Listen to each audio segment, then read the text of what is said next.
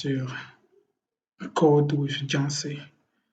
Donc aujourd'hui, je vais vous montrer les choses que nous allons commencer à construire avec React JS. Donc nous allons construire, regardez cette belle application que j'ai conçue avec React. Donc nous allons le faire aussi avec vous. Donc nous allons faire les e-commerce avec React Native, React JS et puis React Native. Donc ça, aujourd'hui nous allons faire les cartes. Je vais vous montrer le cadre faire avec Redux. Donc si vous programmez déjà, vous connaissez ce que c'est Redux. Redux nous aide à visualiser les données en temps voulu, en temps réel, nous aide à faire quoi? À faire la mise à jour en temps réel, c'est-à-dire lorsqu'on clique peut-être sur les cadres pour ajouter dans les cadres, c'est-à-dire ajouter dans le shopping, ça va directement s'actualiser, donc on n'aura pas besoin de faire beaucoup de gymnastique. Regardez par exemple ici, j'ai choisi ces produits pour le payer et du coup, quand je viens, par exemple, c'est iPhone 15. Bon, peut-être c'est pas iPhone 15, mais c'est juste comme ça, je les ai juste mis comme ça. Et du coup, une fois que j'ajoute, directement, vous regardez en haut, c'est ajouté directement dans les cadres. Je peux venir encore à iPhone 14. Je viens, j'ajoute, ça fait 2. Donc, je peux actualiser la page. La page est déjà déployée sur Netlify. Donc, je vais vous montrer aussi comment déployer. Donc, c'est très facile. Alors, quand je viens sur les cadres pour voir les produits, vous voyez, n'est-ce pas, il y a des produits qui sont ici. Je peux augmenter la quantité, je peux augmenter, je peux diminuer, je peux supprimer. Et du coup, je peux aller au paiement. Ça, c'est ce que je suis en train de travailler sur les checkouts. Donc, ne vous inquiétez pas, je suis en anglais, je suis bilingue. Parfois, je fais aussi les vidéos en anglais. Aujourd'hui, je le fais en français. Donc, c'est ça. Alors, sans plus tarder, je vais créer un projet que je vais créer sera un projet pour le nil, c'est-à-dire on doit apprendre en créant aussi des sites pareils. Donc, ne vous inquiétez pas, ne soyez pas étonnés. Donc, nous allons apprendre toutes choses. Voilà, je ferme ça. Je reviens sur mon bureau. J'aime beaucoup travailler avec l'invite des commandes. J'entre dans l'invite des commandes.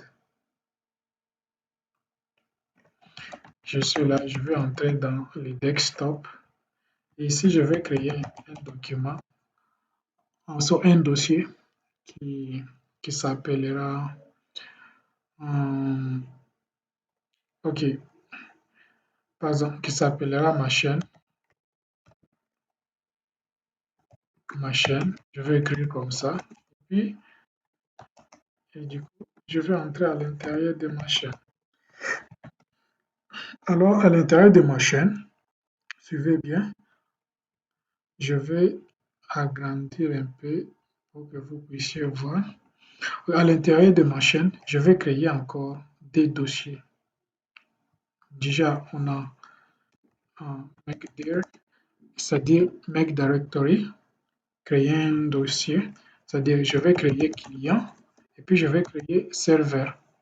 Donc, nous allons apprendre aussi du côté serveur, c'est-à-dire comment créer le serveur avec Node.js et du côté client avec React. Puis, une fois que je clique, les dossiers se sont créés. Je vais entrer à l'intérieur des clients. C'est à l'intérieur des clients ici que je vais créer notre front-end. Ça, c'est front-end. OK? Il y a le back-end, il y a le front-end. Alors, le back-end, c'est du côté serveur. Alors, le front-end, c'est du côté client. Voilà. Donc, je vais ouvrir les Visual Code. Donc, j'aime beaucoup travailler avec le vide de commande. Donc, veuillez m'excuser. J'aime beaucoup travailler avec ça. Et du coup, je vais ouvrir un Visual Code avec ça. Donc, mon application, je vais le créer avec Vite. Autrefois, je vous avais parlé, si vous n'avez pas encore vu Vite, Si vous n'avez pas encore entendu parler de Vite, revoyez sur mes vidéos que je vais mettre le lien en commentaire là. Revoyez ça et revenez encore ici. Donc, c'est ça. Revoyez et puis venez apprendre. Donc, nous sommes là. J'ai ouvert d'abord le côté client. OK? Et après, du côté client, je pense que c'est mieux de commencer. Je vais ouvrir les deux dossiers ensemble, que ça soit direct, que ça soit visible sur Visual Code. Donc, je vais ouvrir juste mon projet entier, comme ça qu'il n'y ait pas de complications. Voilà, nous avons les clients et puis nous avons les serveurs. OK? Donc, je préfère d'abord commencer avec le serveur et puis le client, du côté client. OK? Donc, j'entre à l'intérieur du serveur. Vous venez juste en haut de votre Visual Code, vous cliquez sur l'icône là et du coup, l'invite de commande va sortir. OK? Et du coup, qu'est-ce que je dois faire? Je dois entrer à l'intérieur de mon serveur. Suivez bien, je suis à l'intérieur de mon serveur. Alors, pour créer le serveur, je dois agrandir un peu, c'est trop peu. OK, voilà. Je suis maintenant à l'intérieur du serveur. Ici, nous allons utiliser ces technologies.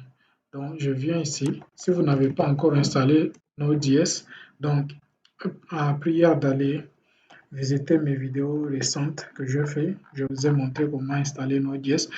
Donc, autrefois, j'avais parlé de React Native pour les applications mobiles. Maintenant, nous allons d'abord aborder les applications web. Lorsqu'on aborde les applications web, ça sera facile d'aborder les applications Android. Donc, vous devez d'abord maîtriser au moins ça, la base de React, et après, on va convertir ça en React Native. OK? Je suis là. Je vais utiliser Node.js. Je vais utiliser Node.js. Donc, suivez bien ce qu'on va faire. Avec Node.js, nous allons utiliser npm comme commande. Nous allons faire npm init. C'est notre première commande qu'on doit utiliser. Et après, deuxième commande, nous allons installer quelques packages. Par exemple, nous allons installer. OK, pour installer, vous pouvez taper i install ou soit écrire juste comme ça. On va installer par exemple Express. Donc, on va utiliser Node.js et puis avec Express Core qui va nous aider à connecter notre backend avec le front-end. Nous allons utiliser MySQL. Nous allons utiliser aussi so, nous allons utiliser aussi, nous allons installer Node et c'est ce qu'on va faire d'abord du côté backend. Donc c'est très simple. Retenez ceci. Donc je vais prendre la première commande, npm init, je peux faire dash dash yes. Vous faites dash dash yes et du coup ça va créer directement. Regardez les dossiers que ça a généré les packages JSON. Voyez, nous avons index, c'est lui qui sera notre point de départ, et nous avons un script ici. Lorsque vous allez installer des packages, ils vont venir ici. Donc, on va créer d'autres choses, beaucoup plus d'autres choses. Donc, c'est ça. Et, et après, qu'est-ce que je dois faire? Je dois maintenant installer Express.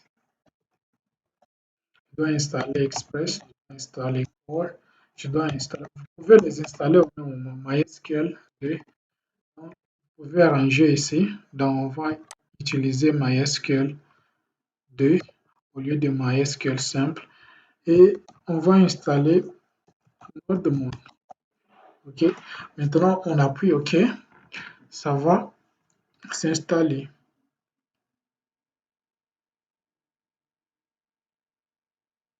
On patiente. On patiente, donc je vais juste mettre la pause et puis je reviens après. Ok, maintenant vous voyez, je vais installer, ça s'est installé de soi. Donc, si vous voyez bien, vous voyez qu'il y a déjà les packages dashlog .johnson et il y a aussi Node module, c'est là où il y a toutes choses qu'on installe. Donc, vous pouvez voir, il y a Express quelque part là. Oui, voilà, ça, et les experts, c'est là. Donc ça nous intéresse pas. Donc, ce qu'on va faire, on va juste venir juste ici dans notre route serveur, c'est-à-dire dans notre dossier principal, on va créer index.js, c'est-à-dire index.js, c'est-à-dire .javascript, ok? J'ouvre ça, je vais fermer ça. Je vais d'abord vous parler un peu de ça.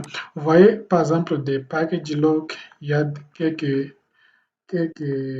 packages qu'on a installés.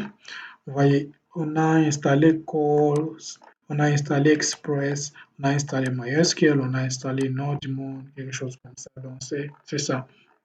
Tout ça, ce sont des packages, c'est-à-dire des packages qu'on installe et puis ça vient ici. Ça va s'ajouter. Donc, tout au cours de cette leçon, nous allons apprendre avec vous beaucoup de choses et quelques packages, je vais vous apprendre. Et ça, c'est bon. Donc, vous ne touchez pas, ne supprimez pas. Donc, quand bien même si vous supprimez, il y a toujours une commande pour récupérer ça. Il n'y a pas de souci. Donc, je vais vous montrer ça plus tard. Et qu'est-ce que nous allons faire maintenant? Nous allons commencer à écrire notre serveur. OK? Qu'est-ce que nous allons faire? Premièrement, nous allons nous allons utiliser Express, nous allons utiliser Core et puis NodeMon. MySQL, on va l'utiliser après. OK? Maintenant, qu'est-ce que nous allons faire ici? Je vais venir, donc je ferme ça dans Save. C'était juste pour vous montrer. Pour importer Express, nous allons utiliser toujours variable comme si vous ne connaissez pas comment utiliser les variables. Donc, la prochaine fois, je vous ferai une vidéo complète sur les variables, sur la base de JavaScript, des choses comme ça. On commence. Je vais définir variable. Je vais donner le nom d'Express. Et puis, pour appeler maintenant, c'est-à-dire importer le package, je vais utiliser require.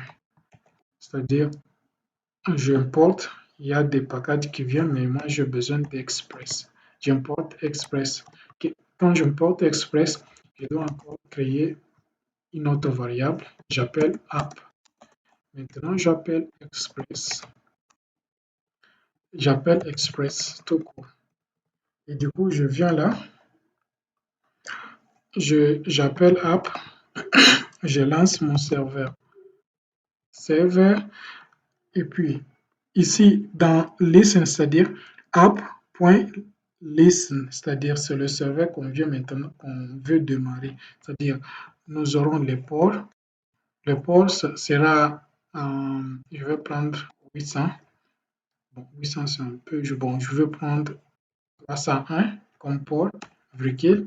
Et du coup, je vais maintenant retourner une fonction qui est anonyme. Je vais écrire une fonction qui est là-bas. Pas anonyme, plutôt une fonction, oui, une fonction qui est là en array, c'est-à-dire, oui. Et du coup, j'écris à l'intérieur de la fonction en question, ça va retourner les console.log,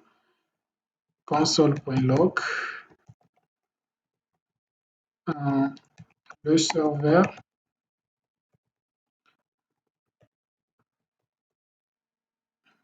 So, je vais écrire en anglais. So, the server is running on port. On port, je peux venir ici, écrire le port là-bas. Mais lorsqu'on développe des applications réelles, on vient par exemple, on vient ici, on écrit, on va déclarer cette variable qui est port. on va attribuer ça. On va attribuer les ports ici. Et puis on vient juste là, on appelle port. Et du coup, on appelle port. Mais ça, c'est pas pratique, c'est pas bon. Bon, ça marche, mais je vais utiliser les quoi. En anglais, on appelle le backend. En français, c'est je sais pas. Et puis, on appelle the server is running port. Et puis, j'écris juste, j'écris ici juste les signes des dollars là, et puis, et puis à l'intérieur là, j'écris maintenant les ports. OK? Si je démarre, OK, je vais utiliser node et puis j'appelle index.js. Le serveur s'est démarré. Le serveur is running on port 3001, quelque chose comme ça. OK? Maintenant, c'est pas pratique. Imaginez si je fais quelques changements ici. So, par exemple, j'écris des choses bizarres. Le serveur ne s'actualise pas, mais il y a déjà une erreur là. C'est-à-dire, je dois quand même arranger les choses. Maintenant, pour ce faire, je dois d'abord je dois casser le serveur. Je reviens dans les package.johnson, je regarde script, je mets .vrkil là, j'ajoute stat. Ça, c'est maintenant l'importance de NodeMon. OK? NodeMon va nous aider à redémarrer le serveur de soi. C'est-à-dire, on ne sera pas obligé de redémarrer le serveur pour nous-mêmes, mais ça va se faire automatiquement. Donc, c'est ça. Je vais écrire NodeMon et puis index.js, c'est-à-dire redémarre l'index lorsqu'il y a des changements. Donc, c'est le travail de NodeMon qu'on a installé. OK? Et ça, c'est notre point d'entrée que je vous ai montré et c'est le même index. Si vous changez les noms, par exemple, serveur, vous devez venir encore ici sur main, changer aussi serveur. OK? Mais vous pouvez laisser juste index, c'est bien. Vous pouvez nommer un nom que vous voulez, mais vous venez ici, vous changez ces noms-là. OK? C'est comme ça. Alors, je suis là. Je vais redémarrer le serveur maintenant. C'est stat. Maintenant, je vais utiliser stat que j'ai écrit là-bas dans les packages ici. Stat ici, c'est lui que je vais utiliser. npm stat. OK? Une fois que je viens, je start là. Vous voyez, le serveur s'est redémarré. Une fois que je fais des erreurs, j'enregistre. Il y a des erreurs. OK? On dit quoi? App crashes waiting for file changes before starting. C'est-à-dire, l'application crash. Il faut qu'on fasse encore des changements pour que ça puisse se redémarrer. Voilà, je vais enlever les erreurs que je fais. Vous voyez, le serveur se redémarre de soi. Donc, pour tester maintenant le serveur et puis voir, nous allons venir juste ici. On écrit localhost. Localhost, notre port c'était 3001, quelque chose comme ça. Je clique Enter et voilà, le serveur marche. C'est-à-dire, maintenant, il n'y a pas de route. Ça, c'est pourquoi on a écrit get, mais le serveur marche. OK? Le serveur marche. Qu'est-ce qu'on doit faire maintenant? C'est de créer des routes. On doit créer des routes. C'est-à-dire, je viens à l'intérieur du dossier serveur. Je crée le dossier qui s'appelle route. OK? À l'intérieur de route, je vais créer un dossier qui s'appelle par exemple post. C'est-à-dire, c'est les routes qui vont s'appeler post. OK? Parce qu'on va écrire, on va poster des produits sur notre page, on va faire ça. Donc, ça, c'est pourquoi je vais écrire ça post. OK? Post.js. Ça, c'est notre route. OK? Maintenant, qu'est-ce que je dois faire pour définir route? Nous allons utiliser toujours le package qu'on appelle Express. Je vais importer ça. OK? Express.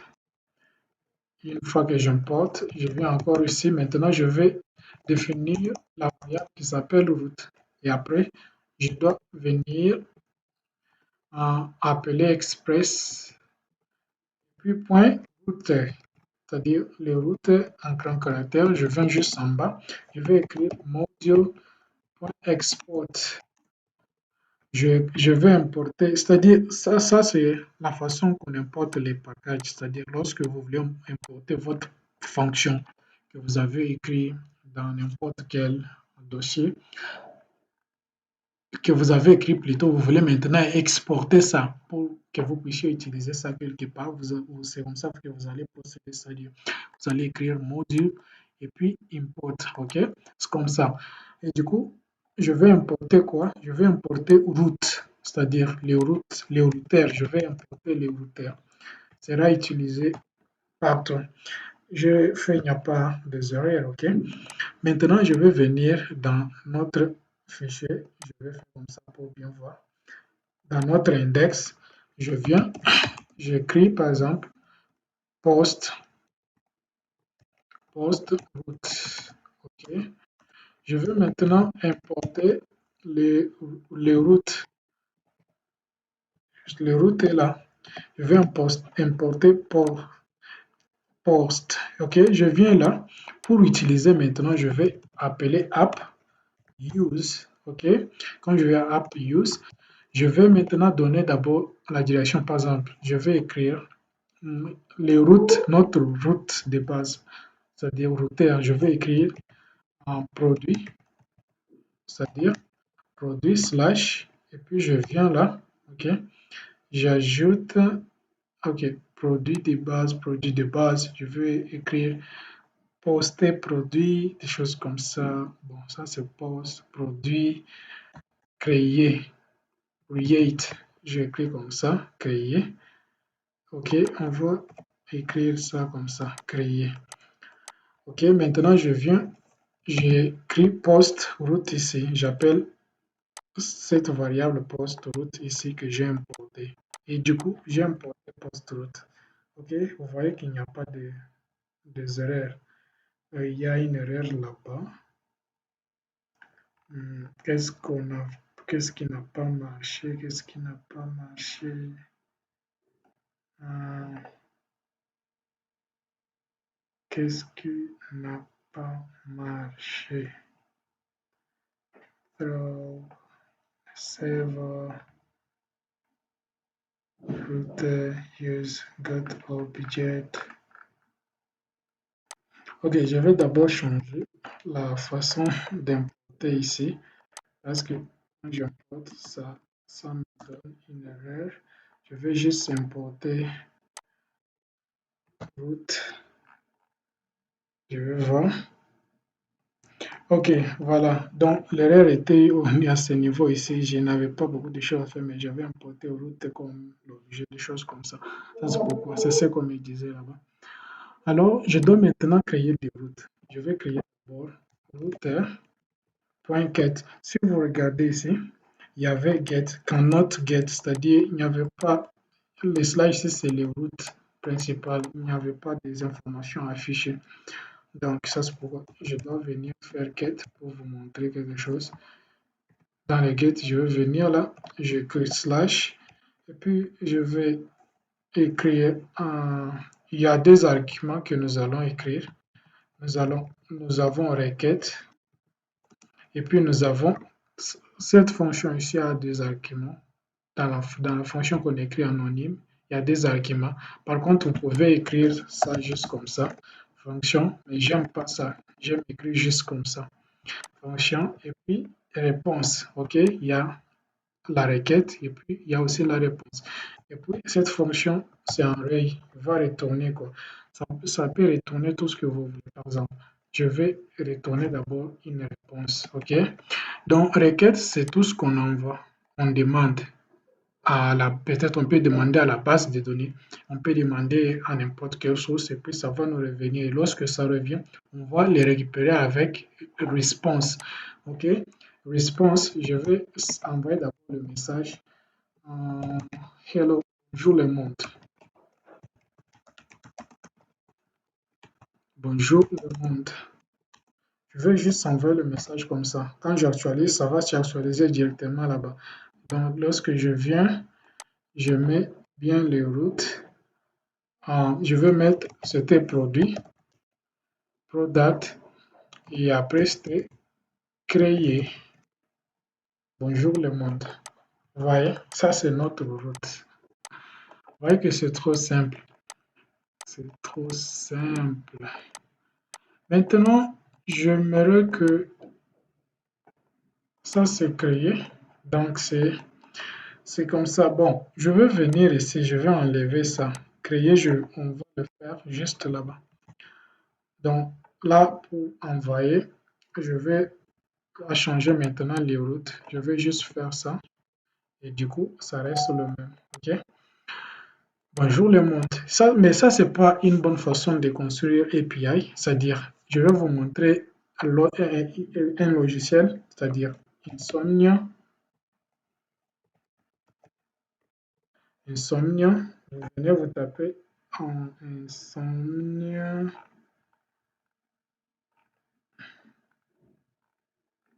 Il y a Insomnia. J'ai mal écrit.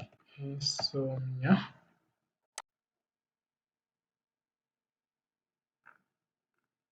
Vous cherchez Insomnia. J'ai mal tapé. Insomnia. Insomnia. J'en ai déjà ici, je vais lancer. Donc, vous venez, vous téléchargez ça, vous téléchargez Insomnia. C'est pour ça des mauvaises versions. Donc, ou soit si vous téléchargez un Postman. Postman est là, c'est trop simple de télécharger.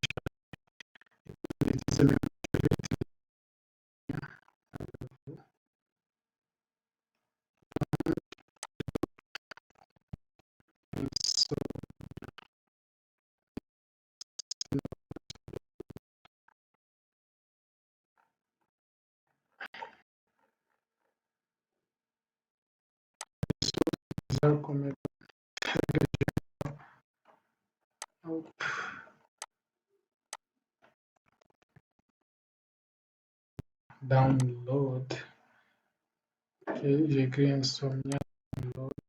C'est le problème de connexion. Je vais redémarrer ça. Insomnia. Celui que j'ai est là. Donc vous téléchargez ça, Insomnia. C'est ça, mais je ne sais pas comment mon web browser me dérange, c'est-à-dire mon navigateur me dérange, je ne sais pas comment.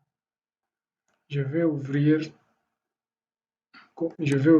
un nouveau tableau, une nouvelle plutôt tableau, soit un nouveau tableau, désolé.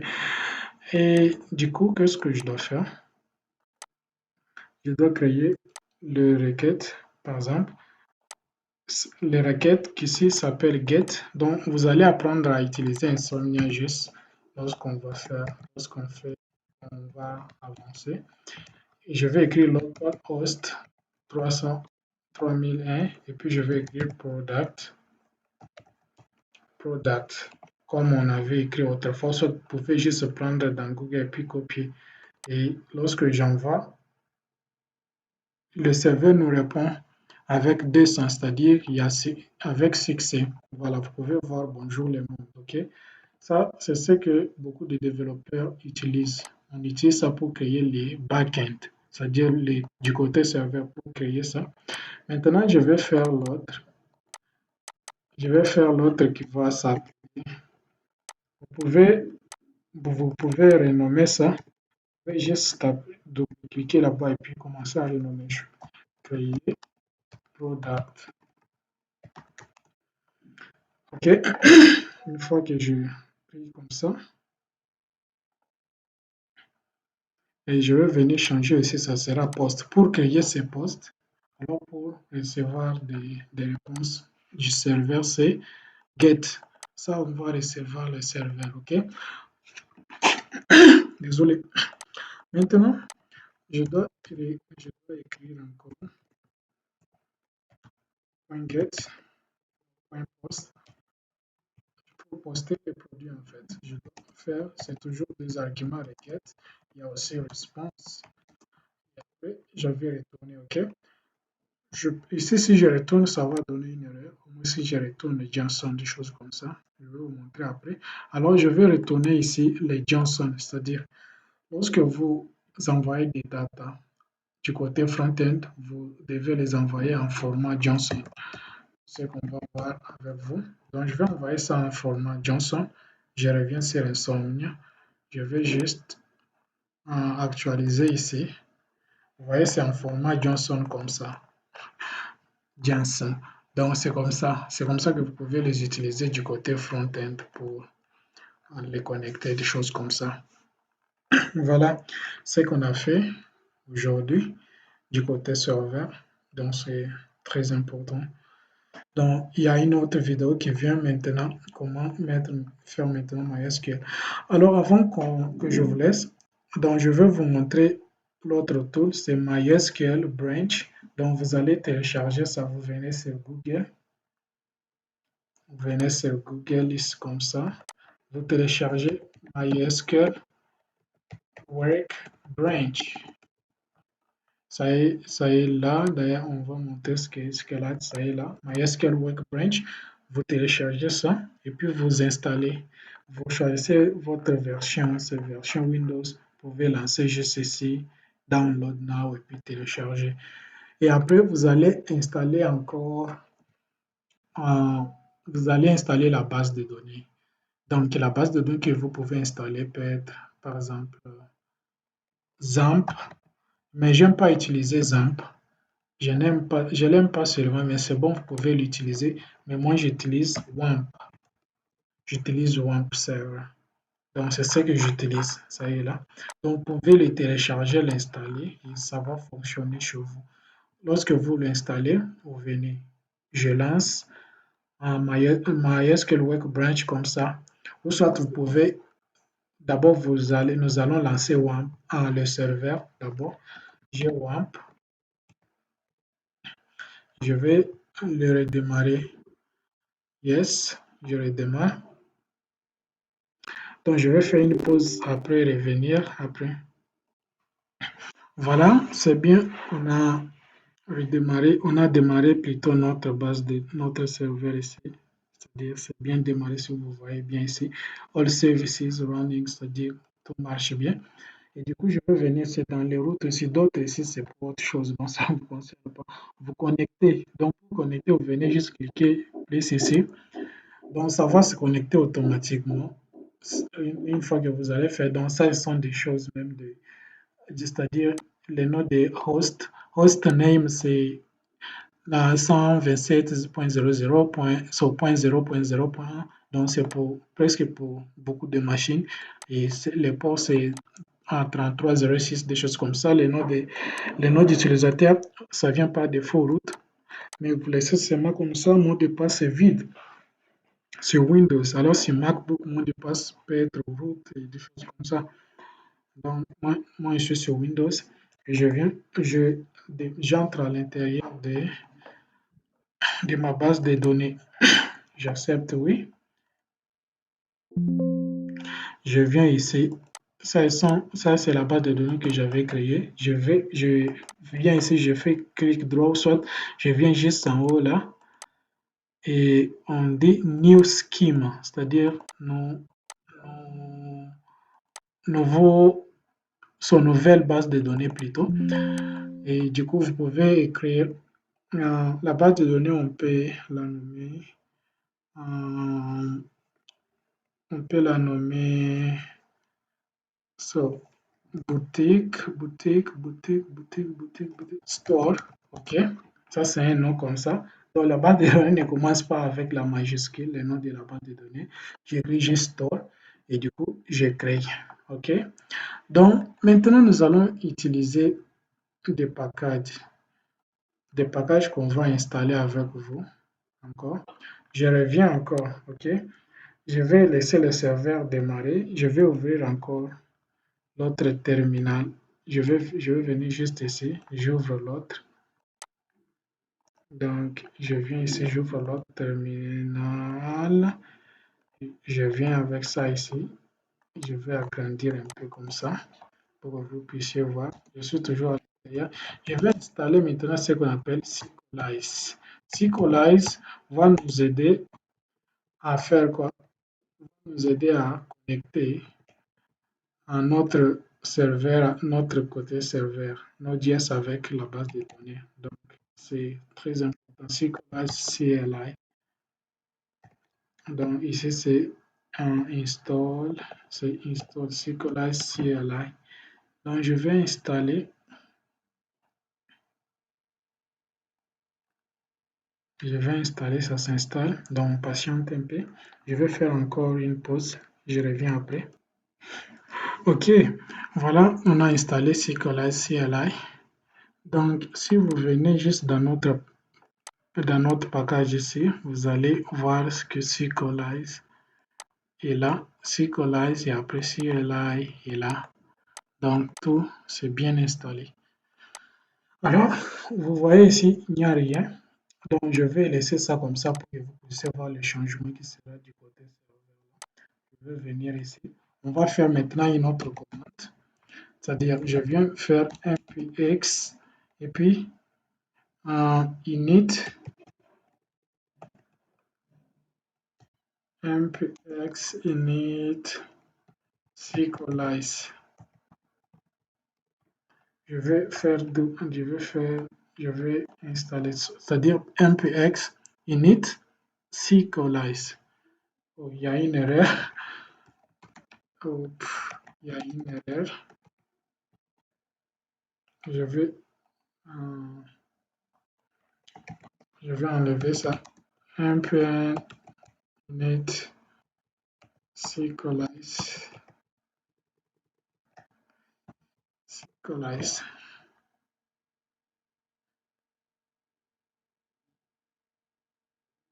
Il y a une erreur. Ok, désolé, il y a une erreur. Il y a une erreur. Ok, désolé. Donc, c'est mpx Sequelize CLI et puis init. Ok, c'est comme ça. Sequelize. Donc, je dois bien écrire ça. Sequelize init. C'était comme ça. Et une fois que je fais regarder, vous allez voir ce que ça va donner du côté serveur. Et c'est ça. On a créé des dossiers. Et voilà. C'est ça. Ce sont ces dossiers que nous allons utiliser avec MySQL. Ok. Je vais maintenant fermer ça. Je reste juste avec notre côté serveur. Qu'est-ce que je dois faire maintenant? Vous vous rappelez, j'ai créé la base de données. J'ai créé plutôt la base de données. J'ai créé la base de données ici. OK. Store. Et c'est Store ici qu'on va connecter. C'est Store qu'on va connecter avec notre backend. OK. Je viens ici. Nous entrons dans config et puis vous cherchez config.johnson. OK. Ça vient toujours comme ça. Ici, il y a le développement, il y a le test, il y a la production. Donc, nous allons utiliser d'abord du côté développement parce que nous sommes en train de développer les choses. Donc, c'est ce qu'on va utiliser. Alors, je dois, là où il y a le username, je dois mettre store parce que c'est le nom de notre. Donc, username, je vais laisser. Désolé. Alors, sur la base de données, je vais mettre store. Ça, c'est le nom de notre base de données. Et le mot de passe était nul. Je vais mettre juste vide comme ça. Et du coup, la base de données est connectée. Mais vous allez me dire pourquoi ça ne marche pas, ça ne donne pas. Je vais venir juste là. Dans notre. D'abord, je ferme ici. Je vais créer d'abord notre modèle. Je viens dans modèle, OK? Je vais créer un fichier. Je commence avec majuscule post.js. OK, je viens là-bas. Je vais créer notre modèle de poste d'abord pour poster des produits et des choses comme ça. D'abord, ça c'est les posts. OK. Qu'est-ce que je dois faire? Je dois écrire je dois créer le modèle, ok? Comment créer le modèle? Je dois commencer module export. Je dois écrire Sequelize module export Sequelize et après data type. Vous écrivez tel que j'écris, c'est comme ça, data type. Ok, je viens là et du coup, hop, je viens là, je clique comme ça. Donc, je pense que ça doit être comme ça. Ça doit être comme ça. Voilà, je viens juste ici. Je vais écrire comme ça. Voilà, c'est comme ça. Et qu'est-ce que je dois faire là? Je dois définir le nom des modèles. Le nom des modèles, c'est post. Et je vais appeler sequelize.define. C'est-à-dire, je vais définir le modèle. Le nom des modèles, c'est post. OK? Et après, je dois définir maintenant à l'intérieur des postes. Avant de commencer, je vais venir juste là. Je vais retourner poste. Voilà. Et je vais commencer maintenant à définir le modèle. Le premier champ, nous avons quoi? Je vais mettre par exemple les noms des produits. J'aime bien écrire en anglais. Je vais écrire comme ça. Et puis, je vais écrire type, et puis data type, et puis je mets string. OK? Je vais maintenant écrire allow nil. Je ne veux pas que le nom puisse rester nil. Je vais écrire false. Je viens encore ici. Je vais prendre description. Donc, c'est très important. Si vous ne comprenez pas, posez-moi la question. Donc, je vais mettre ça sur GitHub et puis partager avec vous. Et puis, il y a type, encore, data type, et puis je vais écrire encore string. OK? Je vais allow nil. Je ne veux pas que ça puisse rester nil, false. OK? D'abord, maintenant, je vais mettre pour image. Virgule, je vais mettre image. Je vais mettre encore data type. Je vais mettre type. Data type. Et puis, je vais mettre encore string. Allow nil. Là, je vais dire true. Je vais dire true parce qu'on ne va pas faire le travail sur les images maintenant. Après, je vais mettre price, le prix. Le prix, donc type, data type, et puis ça sera maintenant décimal, c'est-à-dire le prix n'est pas int, mais c'est décimal, ok? Décimal, c'est de 10 à des choses comme ça. Et puis, allow nil, nul, nul, je vais écrire false, ok? Donc, c'est comme ça. On a défini notre modèle, c'est-à-dire on a quatre champs, on a les noms des produits, on a la description, on a l'image, on a le prix. OK? C'est ça. On a déjà importé, les Sequelize ici. Donc, je viens juste là. J'ai bien fait. Maintenant, qu'est-ce que je dois faire? Je dois fermer ça. Je reviens maintenant sur notre index. Sur notre index, je vais juste écrire ça quelque part. J'aime bien le faire ici. Je vais faire un database. Je vais faire comme ça. Require model. Je vais entrer à l'intérieur des modèles. je vais prendre post. OK? Maintenant, qu'est-ce que je dois venir? Pour créer maintenant notre modèle, c'est-à-dire la table qu'on a créée, je dois appeler maintenant DB, c'est-à-dire DB, et puis je vais écrire synchronize.sync et puis dans then, c'est-à-dire c'est une promesse qu'on et du coup, point then, c'est une promesse, c'est une fonction là-bas. Et on retourne, on va prendre maintenant notre serveur là, on met juste à l'intérieur. C'est-à-dire, on a appelé la base de données instantiée SQLite et puis sync.